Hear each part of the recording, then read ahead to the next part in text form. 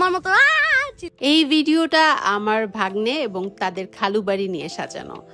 তো সেদিন হচ্ছে অফিসের অর্ধেক পথে বের হয়ে গিয়েছিলাম সবাইকে নিয়ে, আমি আমার শ্বশুরবাড়ি যাচ্ছি। অ্যাকচুয়ালি তখন আমার মনে হচ্ছিল আমি আমার শ্বশুরবাড়িতে যাচ্ছি না, আমি যাচ্ছি হচ্ছে ওদের খালু বাড়িতে। সো একটা সুন্দর দিন ছিল এবং রাস্তায় যাওয়ার পথে বৃষ্টি নেমেছিল, যার কারণে এত এনজয়েবল ছিল জার্নিটা। আর গ্রামের বাড়ির রাস্তাগুলো তো অসাধারণ। আমার গ্রামের আমার শ্বশুরবাড়িতে যাওয়ার রাস্তাটা অনেক বেশি সুন্দর, আর তার মধ্যে এরকম বৃষ্টিস্নাত একটা দিন পেয়ে গেলাম। আর এই যে ধান কেটে গ্রামে হচ্ছে কাঁধে করে নিয়ে যাচ্ছিল, গ্রামে আসলে এই জিনিসগুলো দেখার জন্যই বেসিকলি মেবি যারা আমরা ঢাকায় বড় হয়েছি, গ্রামে এগুলোর কারণেই ছুটে যাই। বাই দ্য ওয়ে, আমরা কিন্তু চলে আসছি। খুব বৃষ্টি হচ্ছিল, আমার শ্বশুরবাড়িতে তেমন রিসিভ করার কেউ ছিল না, অলরেডি আমার হাজব্যান্ড ওইখানেই ছিল, আমি অফিসের জন্য ঢাকায় ছিলাম আর ও টাঙ্গাইলেই ছিল। সো ও হচ্ছে সবাইকে রিসিভ করছিল, আর কিছু নেইবার্স ছিল তারা হচ্ছে হেল্প করছিল, যেহেতু আমার শ্বশুরবাড়িতে তেমন কেউ থাকে না। যাই হোক, সবাইকে এভাবে রিসিভ করার পরে জম্পেশ একটা খাওয়া দাওয়া হলো, কারণ হচ্ছে খাবার দাবারটা রান্না হয়েছিল মাটির চুলোতে, যার কারণে খুবই টেস্টি ছিল। আর সবাই এত বেশি ক্ষুধার্ত ছিল, ইভেন আমিও, যার কারণে আমি খাবারের ফুটেজ কিছু রাখতে পারি নাই।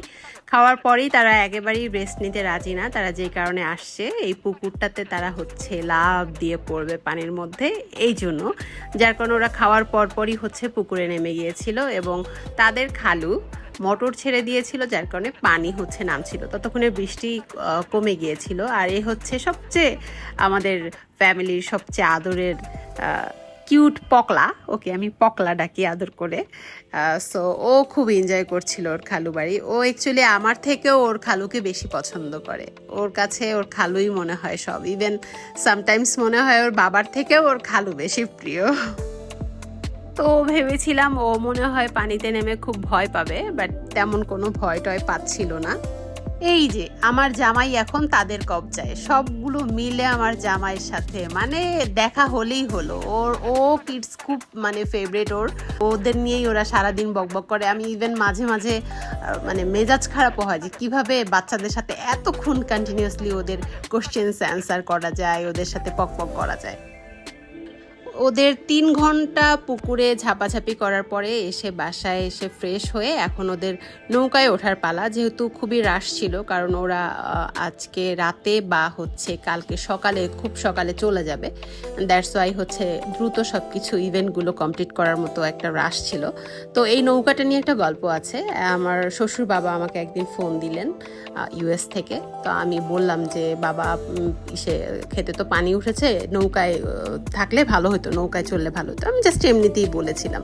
তার 2 দিন পরে আমার বাবা আমাকে ফোন দিয়ে বলে যে তোমার জন্য নৌকা বানানো হয়েছে, তুমি অবশ্যই যাবা এবং হচ্ছে নৌকায় উঠবা। তো এই নৌকাটা চাইলে উনি অন্য জায়গা থেকে 1-2 দিন, আমি যেহেতু সবসময় থাকবো না, 1-2 দিনের জন্য নিয়ে আসতে পারে, বা আশেপাশে সবারও তো নৌকা আছে। তা না করে উনি আমার জন্য স্পেশালি, আমি পুরনো নৌকায় উঠবো না, নতুন নৌকায় উঠবো, আমার জন্য বানানো নৌকায় উঠবো, এজন্য সে আমার জন্য নৌকা বানিয়েছে। এই পাওয়াটা যে কি পাওয়া, এটা আসলে আমি আর কি বলবো। যাই হোক, ওরা আসলে এই যে নিজ হাতে শাপলা তুলেছে নৌকাতে ঘুরতে গিয়ে, ওরা খুবই এক্সাইটেড। এগুলো ওরা সব ঢাকা নিয়ে যাবে, যে নিজ হাতে ওরা শাপলা তুলেছে। এই মেমোরিগুলো হয়তো সারা জীবন ওদের থাকবে, আসলে সময় চলে যাবে, এই স্মৃতিগুলোই থেকে যাবে। সো আজকে এ পর্যন্তই। সন্ধ্যার আগ দিয়ে ওরা চলে যাচ্ছে এখন ঢাকার উদ্দেশ্যে। সো সবাই ভালো থাকবেন, আর আমার পেজটা ফলো দিয়ে রাখবেন।